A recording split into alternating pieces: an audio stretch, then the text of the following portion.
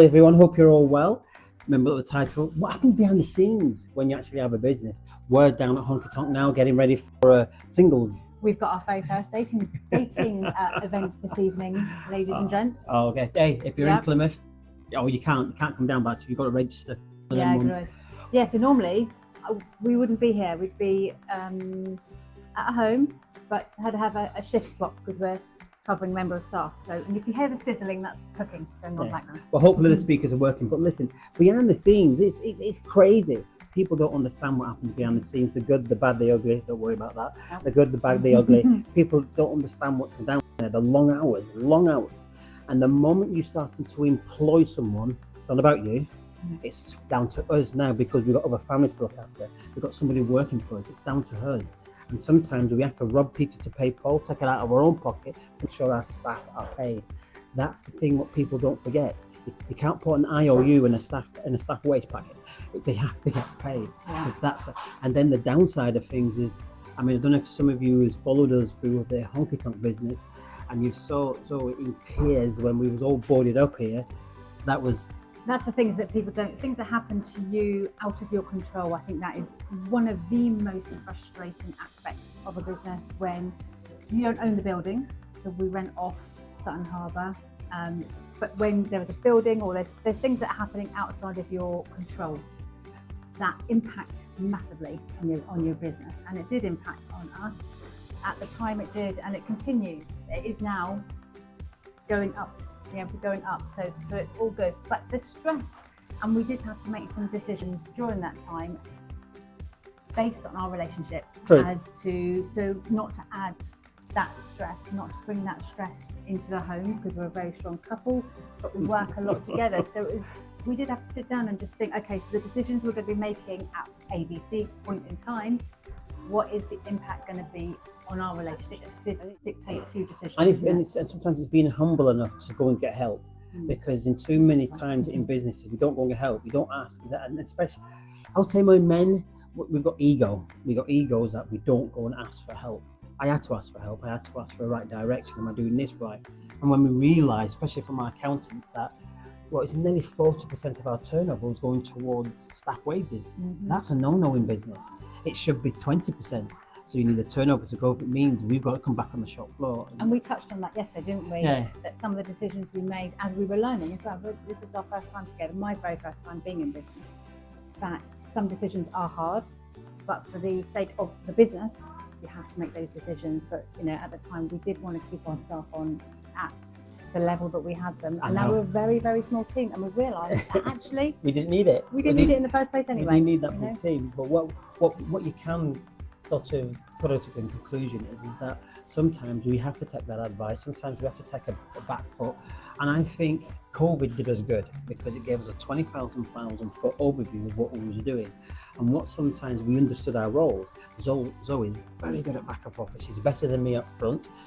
I'm better with the customers and using and using. I'll tell you what, if we have a customer, I get scared. If we have a customer that you just can't quite read, or someone that's like on the edge, Brad Fitz, that is his forte. He is a people person. So if you need to move a crowd, Fitz is your man.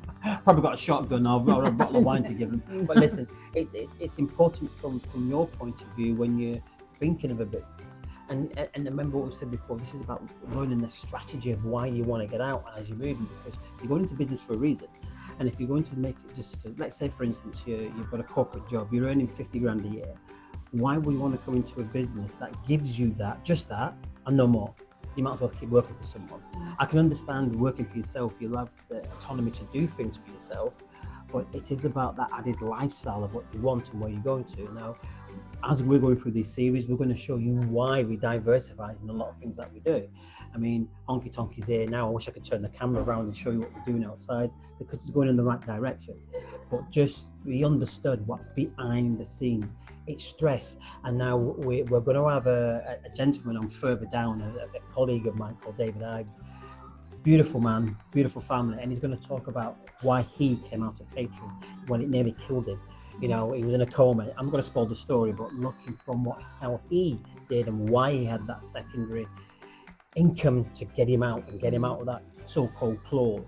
I also wish before we started that someone could have sat us down. I know we've said about get our clause, but if someone could have sat us down and given us a list of all the expenses that you would anticipate within a business, because it's not just your rent and it's not just your gas and your electric and then your staff. I mean, your staff is one cost, but then you've got pension, national insurance, PAY, holiday pay. So if you're going to get someone in to cover someone's holiday, you're paying double whammy. So things like that, and then all the underlying little business rates and everything else. I wish someone had sat down with me and gone, right, seriously, this is everything that's coming out, so you know what you've got to make and you know what your bottom line is. That would be a great exercise, which we can do for you now we've learned after 7 years. And the other thing behind the scenes as well is criticism, personal criticism, when it will be on TripAdvisor or on Google, one of it. Because it's your business. I don't care if you're a restaurant, you're a bar, you're a tool making manufacturer. That hits hard. You take it personal. You take it because it's your business sometimes an extension of who you are. Yeah. It's very, very vital that you remember that. Sometimes you have to manage the manageables, and then you have to manage that things you can't do and not take it seriously. Because sometimes it cuts. It really, really cuts. When I sent them to you, didn't I? We have a member of staff taking over me. That's great. I can relax now.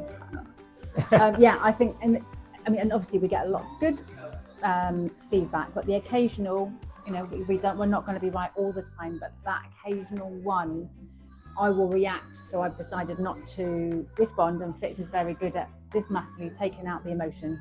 Yeah. And looking at it from that perspective as well, and then giving, what was it not?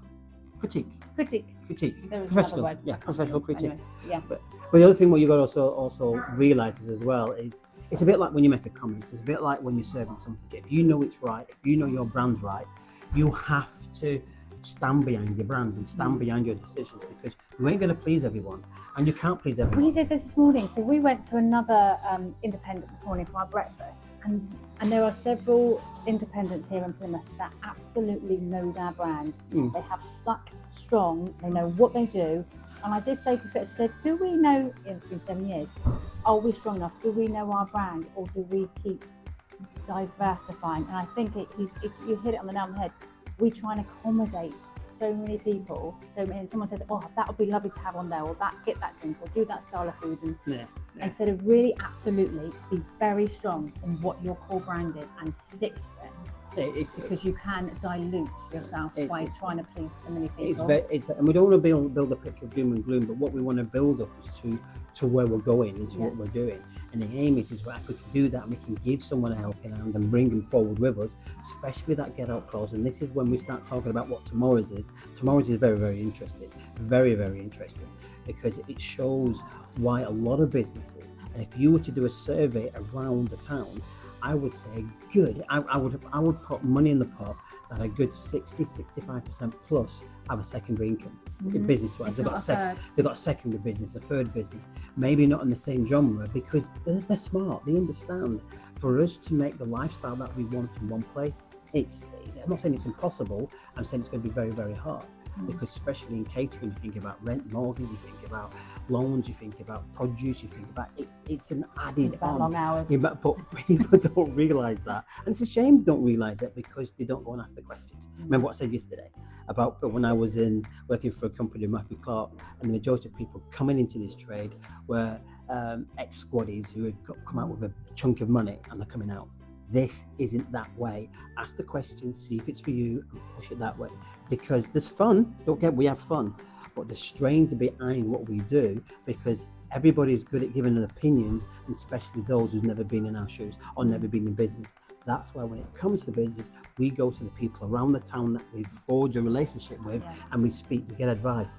I mean, you may be listening, Edmund Devari, I've known him for so many years, and I take a lot of advice of him. Same with the Adjanis. Brilliant companies, brilliant know what they're doing. You always have people to reach out to just get a little bit of advice from, especially if they've been in the business longer than yourself. But remember that there's mega pitfalls of working for yourself. It really is. And we have to take the criticism as well as the smooth. Having said that, working for ourselves, with all the stresses that we've had, or any business, any industry that you're in when you're working for yourself, could you, because I know I couldn't anymore, No, I Go and can't. work for someone else. No, I couldn't. I said that to Zoe when we got into this piddle when we thought, oh, we've had enough. We did think at we one did point, I did think, say, let's but just get ready and seriously, get a job. You know, but didn't we? nah. And this is reasons why we built the other business, like we said, within direct sales network marketing, because the simple reason is it gives us that safety net. And now where we're thinking of where we're doing and where we're going to, it's a completely different ball for someone just come in. So, Excuse me, I've so- got a customer. yeah, let me take that off. There we go. Oh, So, thank you very otherwise, watch that thing don't drop. So she has to go and look out for a customer because this is live. Anyway, guys, look forward to seeing you tomorrow at 6 o'clock. It is 6:10. Have fun. Reach out for questions, reach out with comments. We're already speaking to 1 or 2 people regarding what they're looking for. The PM does directly. Look forward to speaking to you tomorrow. Bye for now.